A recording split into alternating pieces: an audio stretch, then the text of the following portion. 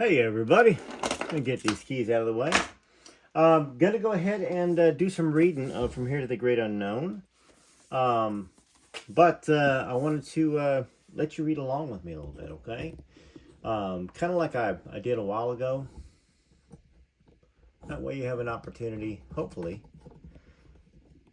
to maybe read at your own pace. Maybe you want to read a couple lines ahead, or maybe go back and read a couple lines because maybe you didn't quite understand exactly what I said when I read it. Thank you to all you wonderful fans out there. Elvis, thank you to those of you that have become members lately. Those of you that have subscribed lately, super thanks that you've been sending me. Definitely appreciate it. As y'all know, I went to the Riley Keough book release in Nashville. I didn't go to the Memphis one, or I would have certainly booed when Priscilla came out on stage. I definitely, would not, would not have tolerated it. So anyways, let's get to reading here. And let's see here. Actually, let's do this here. I want everybody to take a moment to leave a comment about your favorite thing about Lisa. So let me know what that is. All right. Let me give you all a moment here.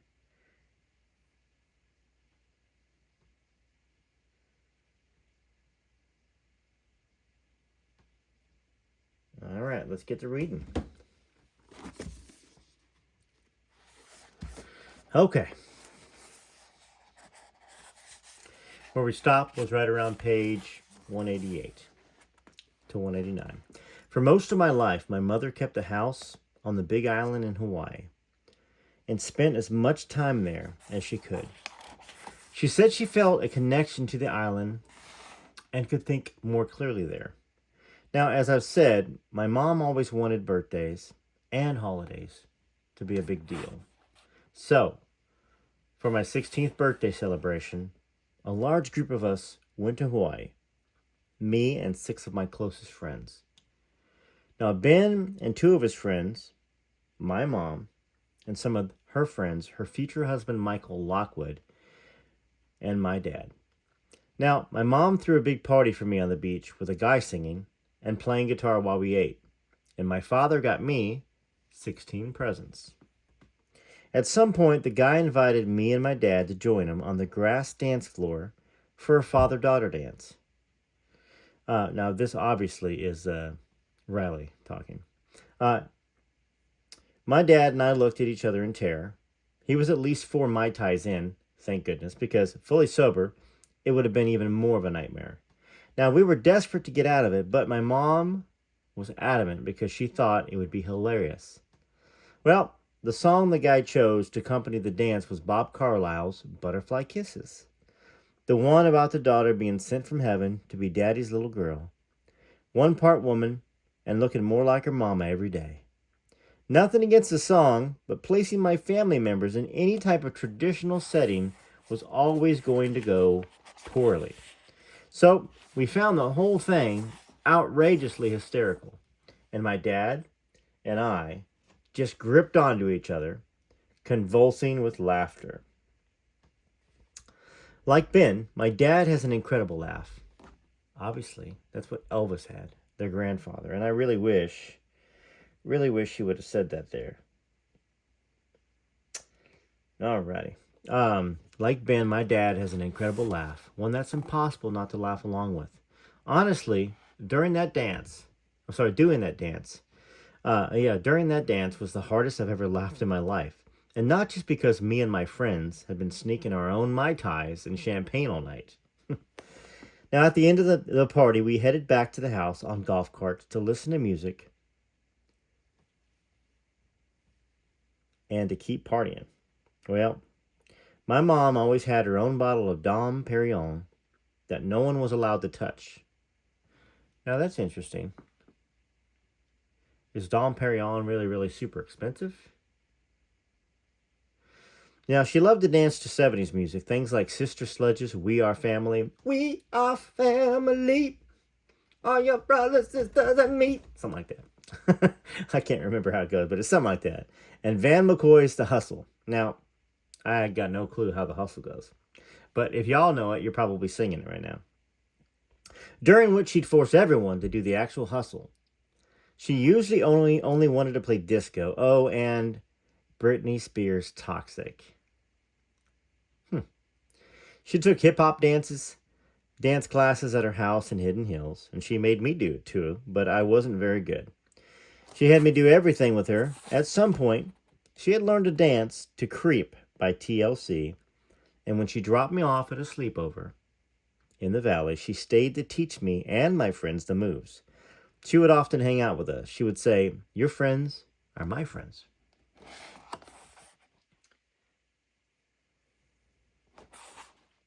At some point that night in Hawaii, Maggie May came on, and we all shouted along to it, people dancing on tables into the wee hours.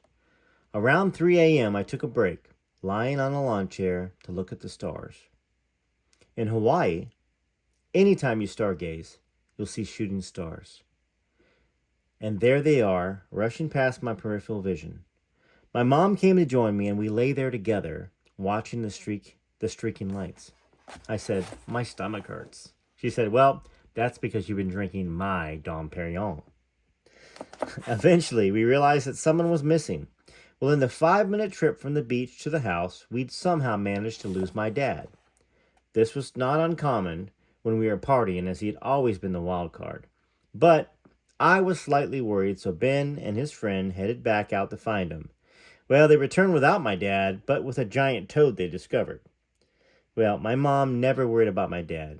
He'll outlive all of us, he said. Or she said.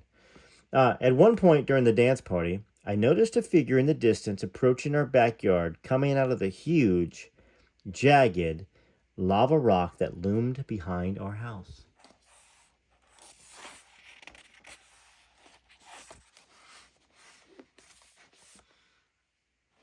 My dad was shirtless and had a tiny dot of blood on his nose.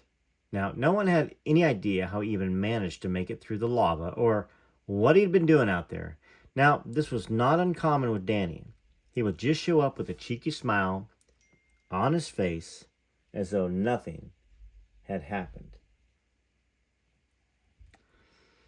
But everything had happened. The night continued like so many others. My mom and dad dancing together, laughing in their own world. They always felt like a pair of pirates to me. As I headed off to bed, I could never last as long as my parents. I noticed that my dad had taken off the rest of his clothes and was now sitting naked as a jaybird, in a lawn chair, calmly drinking champagne with my mom's security guards. Well, my mother desperately wanted a normal life, and Michael Lockwood felt like her last shot at it. It seemed that in Michael, she felt she'd found a person who could help her stop running from stability. Now, as my mother began to consider getting married again, she reassessed her relationship with her own mom, and they grew closer, not just for the sake of me and my brother, but for each other, to try to heal what had been done.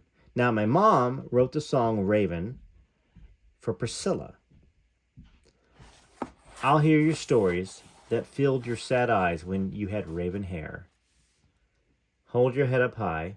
I know that I've been ruthless. Go on, dry your eyes. Hey, you finally see me. Hi. And I see you. And everything till now, it wasn't that bad really, beautiful lady. Go on, dry your eyes. You know that I've forgiven you, and I'm sorry. And everything till now, it wasn't that bad really, beautiful lady. I'm going to let y'all steam on that for a second, because I'm pretty sure that was written way before she found out that her mom was stealing from her.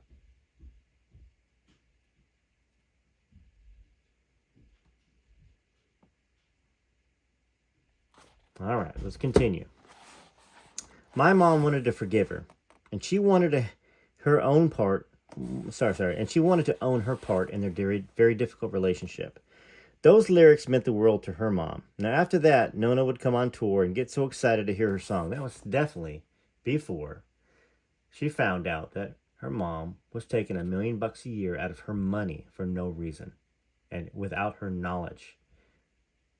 So there you go. This cross it out.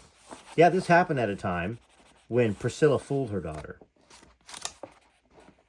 That's my opinion, but that's how I feel about it. They were always giggling and laughing and having fun and getting drunk together, constantly up to no good. In 2005, my mother and Michael got engaged in Hawaii. I remember her coming back to our house in Hidden Hills and showing me the ring in our kitchen. My mother was in love with Japan and its culture, and she really wanted to have a traditional Japanese wedding, so they married in Kyoto in January of 2006. Now, around 20 of us traveled to Japan for the ceremony. I was 2 days late because I had stomach flu. My dad, who would be the best man at the wedding, waited back and then flew with me to Tokyo. So Danny was the best man at Michael Lockwood's wedding. And Lisa's, obviously. Well, he seemed to be there for everything, right? I know some of y'all thought and have said that maybe he was there to keep an eye, to keep an eye on Lisa for Scientology. Now, I don't know what to believe. All I can do is use what I've read from Riley, the stories, but you would have thought that if she was as sick as she appeared to be at the award show, that why didn't he get her to bring a doctor into the house, have the doctor, and the doctor would have insisted her to go to the hospital. But I don't know. They say, unless you're walking in their shoes, you don't really know. So let's continue. From Tokyo, we all took the train to Kyoto, where we stayed in a traditional ryokan, if that's how you say it. The day after I got into Kyoto, my mom and I had a customary Japanese breakfast of fish, miso soup, and rice. But I ordered a side of white bread and jam because I'd never seen such a fluffy piece of bread in my life. Breakfast over, my best friend and I accompanied my mom and her mom to a dress shop, where we all got fitted for Japanese traditional wedding kimonos. Now, at the rehearsal dinner, I remember my mom motioning for me to go outside with her. We set off along an old, beautiful, tiny road, like pretty much every road in Kyoto, together, smoking cigarettes. During the walk, my mom said, I'm having a panic attack there. I'm having a panic attack in there. I don't know why. Now, we walked a little further, and she said, I felt stuck at that table. I needed to go outside. Now, I was just 16 at the time, and not sure what was going on, though I figured maybe she was afraid of commitment. Maybe she knew somewhere in her that this was the beginning of the last chapter. The last chapter, what? So marrying Michael Lockwood into her life? Yeah, I don't know. What do y'all think about that? So this is a great book. I guess I can read a little bit more, but I do want y'all to take a second. I want y'all to take a second and let me know what you think. Let me know what you think about that statement right there. That it was the beginning of the end of the last chapter. And that is on page 195, I believe it was. Yeah, right there at the top of 195. I'm going to give you all 30 seconds or so to write your comments, so that way you don't feel like you're missing anything. I should probably do that a little bit more often.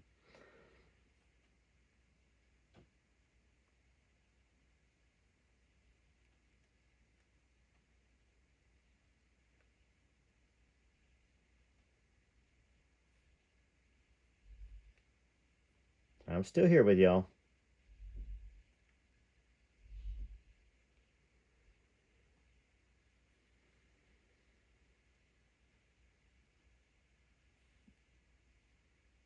I'm still here.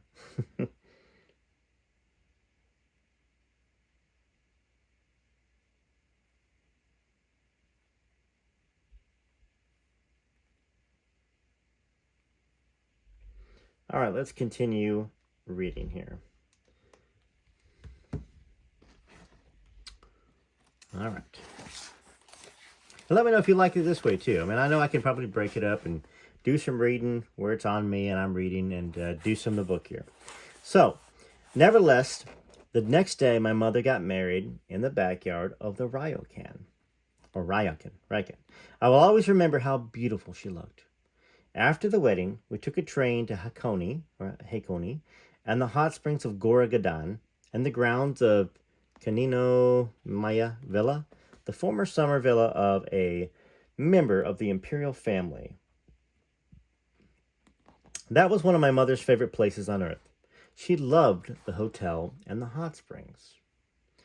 I vividly remember the two of us washing our bodies, sitting on the little stools before we entered the baths. We didn't say anything. I think we were both just taken in the beauty that was all around us.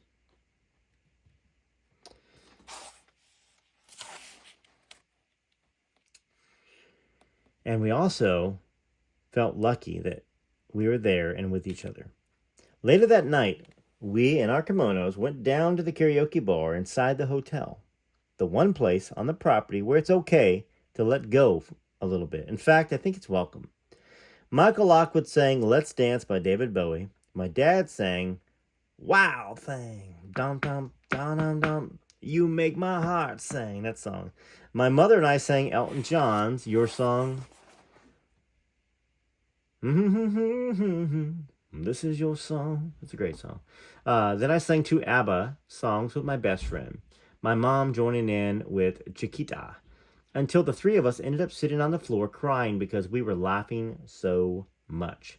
Now, by the end of the night, my dad was dancing with Priscilla. My brother was excitedly running around with his friend, and me and my mom were duetting with the locals, as you do. So, that's where we're going to end, okay? I've got a holiday, not a holiday function, a work function I've got to get to. And if I seemed a little distracted, it's because I was getting some work text coming in I had to answer. So anyways, I got to get that done before I leave, and we got to leave in 9 minutes. So I want to get this loaded for y'all. From Here to the Great Unknown, Lisa Marie Presley's Memoir. Thank you so much for being a subscriber to Rare Elvis Photos. I appreciate each and every one of y'all. Have a wonderful day and evening. If I don't come back on a little bit later for a comment video.